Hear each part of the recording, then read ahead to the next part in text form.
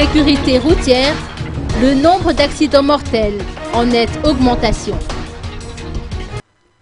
Les accidents de la circulation sont en nette recrudescence ces derniers temps. Sur les 20 cas d'accidents recensés au cours de l'année 2012 par la société Lafarge, 11 ont occasionné des décès. Les accidents de la route sont lourds de conséquences et les impacts se ressentent au niveau de la société, mais surtout au sein des familles. À cet effet, Lafarge, en collaboration avec d'autres entreprises œuvrant dans le secteur, ainsi que le ministère du Transport, la Police nationale et le Comité des entreprises d'assurance à Madagascar, a organisé ce matin un atelier sur le transport et la sécurité routière à l'Akoa d'Ivange.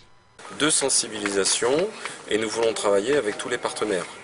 Les partenaires en termes d'entreprise, de pouvoir public, de ministère, et tout ça pour pouvoir faire évoluer aussi toute la sécurité routière aujourd'hui qui est un sujet important pour Madagascar.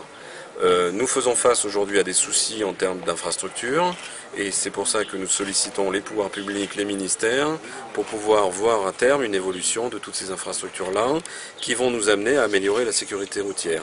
L'atelier de ce jour avec tous les partenaires, les entreprises, les sociétés de sécurité, c'est pour que nous puissions sensibiliser les personnes, les individus, les salariés, les sous-traitants et aussi également les familles de tous ces salariés-là sur l'importance du comportement dans la sensibilisation de la sécurité routière. Les comportements doivent évoluer. On doit s'améliorer dans les comportements de la sécurité routière, ceci afin d'éviter tous les accidents que l'on peut voir et que l'on peut dénombrer tous les jours, aujourd'hui à Madagascar et principalement bien sûr à Tana. Donc on attend aujourd'hui de pouvoir sensibiliser les gens et de faire évoluer des comportements. Ça passe essentiellement, comme vous l'avez pu voir dans l'atelier ce matin, par la prévention aussi des risques. Contrôler les véhicules, contrôler les comportements, contrôler les camions, voir si les pneus sont en bon état, l'état des freins. La situation aujourd'hui des routes ne permet pas qu'on puisse avoir des véhicules qui ne soient pas en bon état.